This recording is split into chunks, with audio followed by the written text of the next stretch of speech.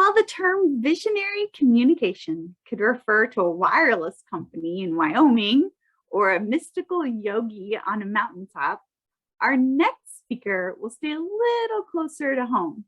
Please welcome Charlie as he reflects on his path with visionary communication. I'm Toastmaster, fellow Toastmasters, and guest. Good morning. Visionary communication. What does that even mean? Now, here at Toastmasters, it means, well, the name of a path. My path in visionary communication started in 1972. Now, while here in Toastmasters, we're concerned about the style of our communication. My interest was in the technology of communication. Now, our Toastmaster path tries to help us master the skills and use the resources at our disposal. We have the internet, smartphones, Zoom, and now 5G broadband. Really cool stuff. But do you even remember a time when none of this existed? I do. How did all this stuff come to be? Well, a lot of folks had to have a vision of what communication could be. And I was one of those folks. Now, I won't bore you with my communication contributions again. Today, while I'm reflecting on my path, it's almost hard to believe that my work advancing communications technology spanned 26 years.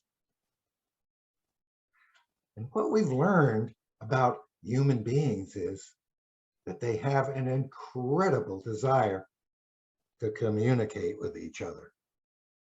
Now, even those of us in the industry had a tendency to underestimate people's need and desire to communicate.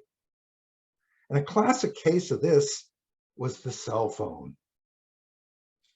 Back in the early 90s, I was a chairman of a committee with an industry trade group advising the FCC on the needs for new frequency allocations.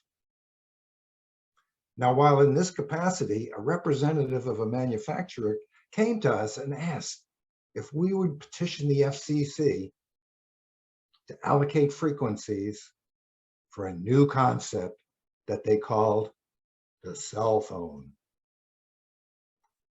And he estimated that they could sell 3 million cell phones. Now, those of us on the committee thought he's got to be crazy to think that he can sell 3 million mobile phones.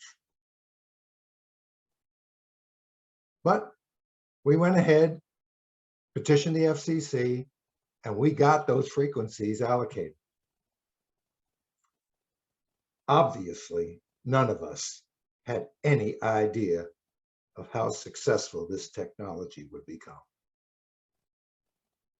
Well, it was exciting to be part of the expansion of the communications technology. However, I left the industry in 1998 to pursue new challenges. But now, as a Toastmaster, I get to view the technology as a user. And the visionary communication path leads us along a whole series of different communication experiences. With each project in the path, we learn to use just a wide variety of different resources and styles. Let's take a look at some of the projects in this path that were new to me, and they contributed to my growth as a communicator. Creating a communications plan. Now, while I had done the work before, I had never sat down and articulated a plan just start to finish. Using presentation software. Well, we certainly got to see some examples of that in our previous speeches tonight. And while I had used PowerPoint before, I had never combined PowerPoint with a live screen share. But I put this to use during an online COT presentation using Zoom.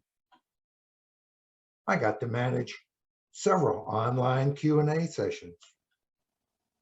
I led or participated in several online panel discussions.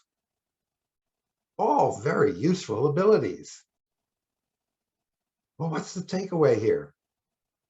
Well, in this path, I got to build on the vision of the technology in order to bring a whole new level of effectiveness in communications to the audience. Yep, this old dog learned some new tricks. And you can become a more effective communicator by learning to use all the resources that are available to you today, or maybe tomorrow. Madam Toastmaster.